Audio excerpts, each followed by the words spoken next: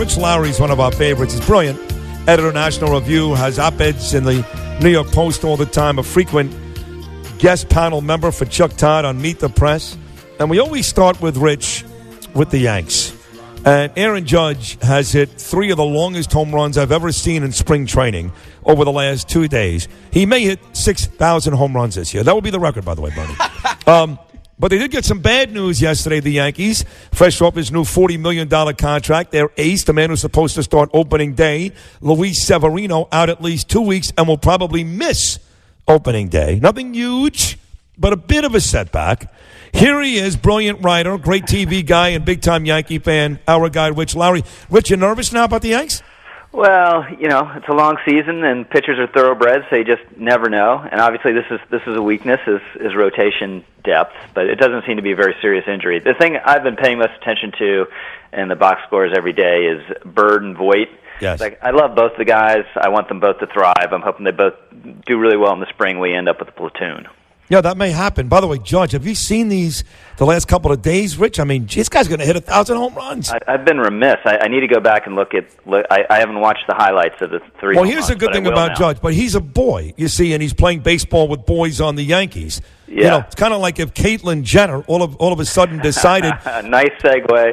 You like nice that, segue. huh? I'm no dummy. The article is trans athletes are making a travesty of women's sports. And I'm arguing, not arguing, I'm having a discussion with my wife at the dinner table last night. She goes, well, what's the issue? I said, hold on a second. If Caitlyn Jenner goes up against the ladies in her neighborhood in sports, she's still Bruce Jenner. Yeah, no, exactly. There's a case in Brazil where a guy was competing in the professional men's volleyball league and then switched over and became an enormous star, like the star in the women's league, and now is going to be on the Olympics team, the Olympics women's team.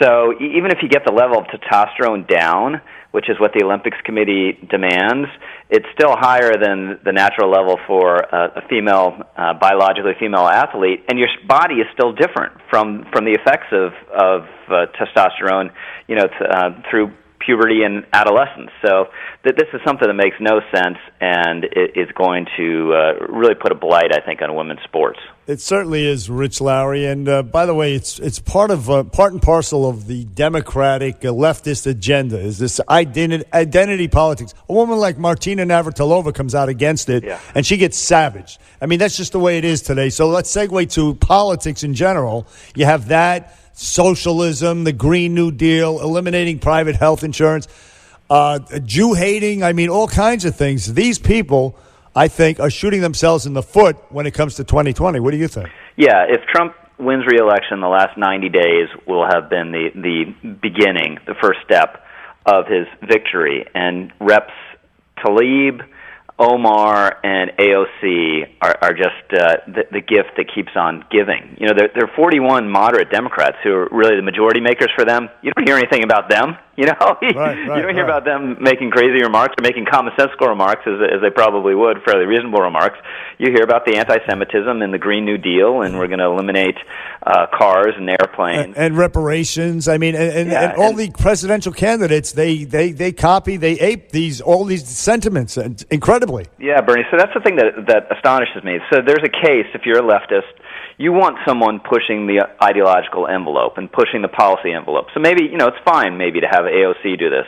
But it's not just AOC. You have supposedly plausible presidential candidates on all this stuff, on reparations, on the Green New Deal, on the Bernie Medicare plan that would eliminate private insurance. So it's really weird now where Sherrod Brown, this lefty progressive senator from Ohio, is now a relative moderate in this field. Bernie Sanders, in some ways, is a moderate because he doesn't go along with the gender identity politics. He got savaged by the left a week or two ago by saying we should have a non-discriminatory society. And they're like, what? You're crazy. We got to be obsessed with race. So it's going to be a wild nomination battle. And one of the things you wrote about Rich Lowry here with Bernie and Sid is the Democrats will be a wild fight to get to the man or woman that becomes a nominee. Not the same on the right. You can't really pay attention to Weld or Hogan or John Kasich. It doesn't seem like, and you wrote about this just 3 days ago, that there's anybody that's going to give Donald Trump even a minimal run for his money in terms of getting the candidacy for the Republicans. Yeah, now someone might run. It looks like Bill Weld is going to run. He's not very serious. If Kasich runs, I think that would be a little bit more of a serious proposition. But real primary challenges on the Republican side, they come from the right. They feed on conservative activists. And we all saw CPAC last weekend. Those are the people that fueled, like Ronald Reagan and challenging Ford in 1976, or Pat Buchanan challenging Bush in 1992. And they are all in on Trump. He could have gone on for 3 hours instead of just 2 or 4, and they still would have eaten it up. So there's just no oxygen on that part of the party for a primary challenge. And you, Rich Lowry, tweeted just recently about everybody's freaking out now about the border. It's at a breaking point. The New York Times wrote, and other people picked up on it. And it's about time somebody realized it is a crisis. I mean, it's like smoking. You're not going to die today, but it's going to slow you down, and eventually it will kill you. And that's what's happening at the border. People don't realize it. I mean, and then now you have Republicans in Congress who are going to vote against the president on the national emergency. I seem to think it is a national emergency. What do you think? I think it's a crisis. I don't like the declaration of the national emergency because I think it's just a way to do an end run around Congress in a way presidents shouldn't. But, I've been hearing on TV shows, for months and months, there's, the lowest numbers ever at the border, and it's not as high as it was in the 2000s. And that's true, but in the 2000s you had single guys predominantly coming across from Mexico. We'd catch them, we'd turn them around, and then they come again. So the numbers would elevate, and it seemed like a lot of arrests, and it was. But they weren't just coming into the country and settling, which is what we do with these family units from Central America. And the word has gotten out through all those networks. You come, you're getting in if you have a kid. And so that's why you have this huge flow of family units, which none of our facilities down there are built to house families. They're built for single men, and it's being completely overwhelmed. And if you really went at this pace for another 5 or 10 years, I mean, you'd have you'd have those Northern Triangle countries, Guatemala and Nicaragua, kind of emptying out. I mean, it's really an extraordinary movement of people. Yeah, it is. I mean, and you can't. You've heard this before. You can't have a socialist society and open borders. The math just doesn't add up. At some point, you reach a breaking point, critical mass, and everything. We become the place that they came from. Right. So, I mean, cultural cohesion matters, assimilation matters, and numbers matter in that equation. So everyone points to the early 20th century when we had a huge influx of immigrants, highest level of foreign-born people in this country until now. But then we had a pause. And, Italian Americans, they no longer were so Italian.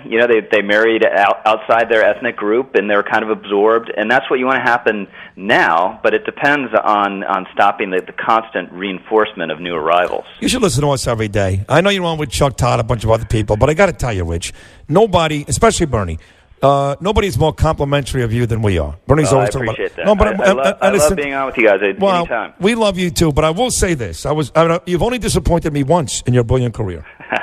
What was that? This goes back about 2 weeks ago, and the title of your story is "Why the Robert Kraft Bust Matters." Oh yeah, okay. He's 77 years old. His wife is gone. He likes a massage. He likes a happy ending. I don't mean to be. God bless him. We should all, at 77, win championships, make billions of dollars, and still want to have sex. What is your issue with Robert Kraft? Oh man, yeah. Well, we'll take up this one later. Maybe off air. It's not a case of he doth protest too much. I'm sure it's not. Hey, listen. Lastly, and very quickly, Rich Lowry, the cowardice, I should say, of the Democrats in Congress on this Representative Omar anti-Semitic slur stuff. I mean, the fact that they won't mention her by name, that they're taking days to condemn her on the floor, and that the Congressional Black Caucus now wants to include anti-Muslim stuff in the resolution or whatever it is. I mean, what does that say about these people? I mean, the drift is clear. You've seen it in Britain and the Labour Party where it's being torn apart by anti-Semitism, on the left. And this is a symptom of that same phenomenon here, where it's just hard for them to be forthright. AOC has said, they got to be careful here, about condemning her. So that they really have these cross currents now, and it's a really obnoxious and a pernicious phenomenon. It really is. No question. Listen, as always, it's a wonderful appearance, a great appearance. National Review was great. Your stuff in the New York Post is great. Always great on this show. Always terrific on television. Thank you so much, Rich. Great job. Guys. Appreciate it. Yeah, take care. Rich Lowry. We'll take a short break. We're still going to talk to Larry Kudlow. Plus, the phones are open. 1-800-848-WABC. More of Bernie and Sid on a Wednesday. Hump Day, right after these words. Bernie and Sid in the morning.